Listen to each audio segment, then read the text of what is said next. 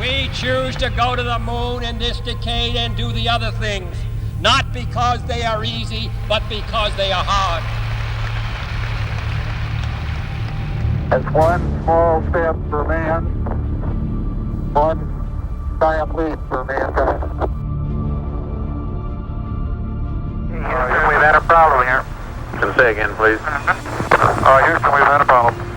Stand by, 13. We're looking at it.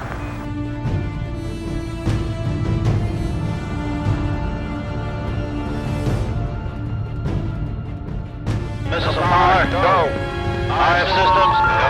Propulsion, go. AMR telemetry, telemetry quality. Mercury caps, go.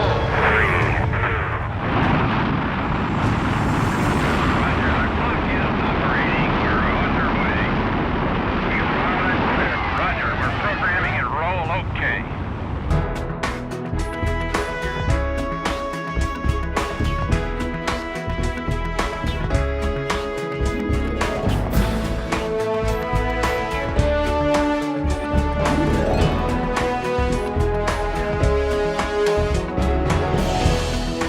We are now used to having thousands of man-made satellites zooming around our planet. About 1,100 of them are active now. But until 1957, there was no such thing as a man-made satellite. That's when the Soviet Union launched Sputnik, they called it, into orbit.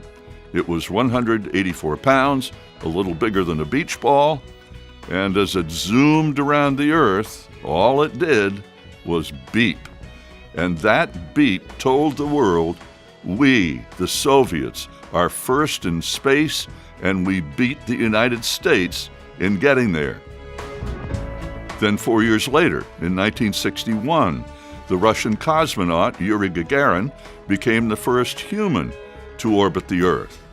And 1 month later, Alan Shepard became the first American in space. The space race was on. In April 1961, just a few months after he was inaugurated, President Kennedy challenged America. I believe that this nation should commit itself to achieving the goal, before this decade is out, of landing a man on the moon and returning him safely to the Earth.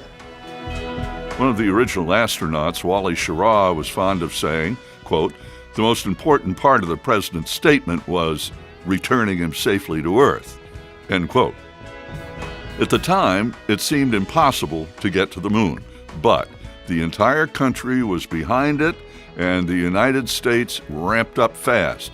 There were 3 programs, 6 one-man flights called Mercury, then 10 two-man flights called Gemini,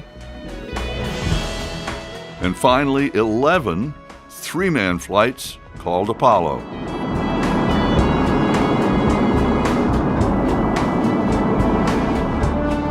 Each flight had new challenges and unknowns, and each flight built on the knowledge learned from the earlier flights.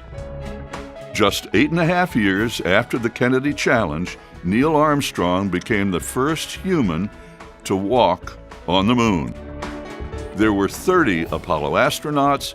12 of them walked on the moon. Most agree that this was the greatest single scientific human achievement in history. It was accomplished by hundreds of thousands of dedicated Americans, patriots, brilliant engineers, scientists and managers, academics and technicians, and of course, risk-taking aviator astronauts.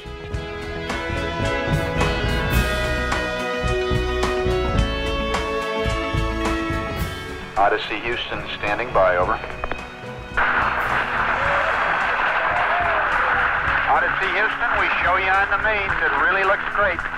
Roger, Apollo 13. This is recovery, and your chutes look good.